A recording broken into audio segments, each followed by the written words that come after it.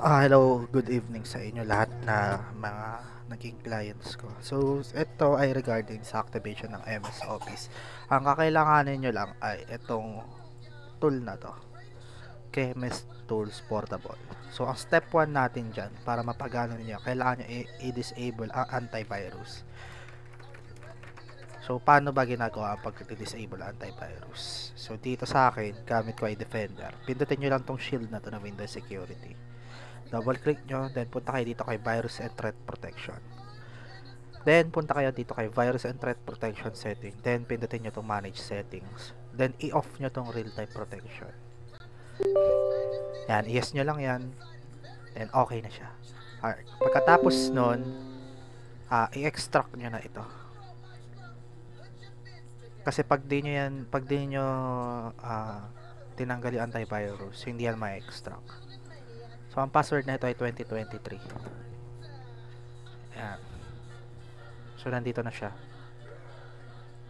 Ayan. Pindutin nyo lang to. Then, ayan. Tapos, pindutin nyo tong unpack. Pag na ganyan, pindutin nyo lang more info. Then, run anyway. Yes nyo lang. Mag-unpack na siya.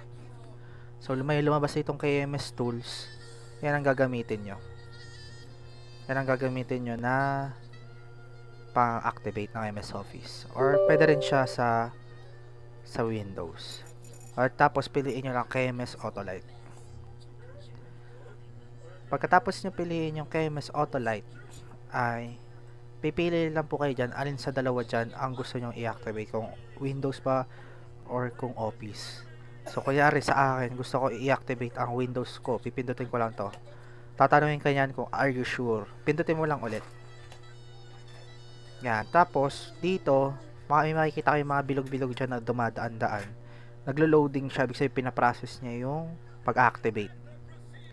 So, antayin nyo lang yan. Yan. Pag may mga ganyan, close nyo lang. Yaan nyo siya mag-activate ng kusa.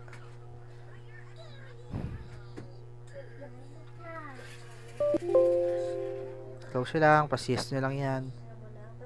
Yan.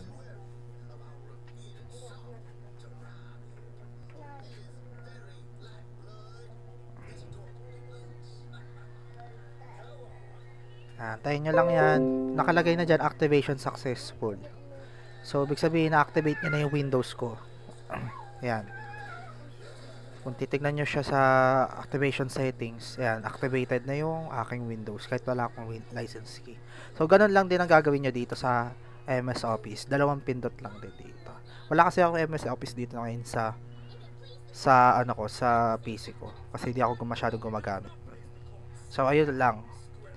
Then, pagkatapos nyo siyang ma-activate, pag nakalagay na activation successful, i-restart nyo lang yung PC nyo. Para automatic pag-on yung antivirus. So, ayun lang naman. Salamat.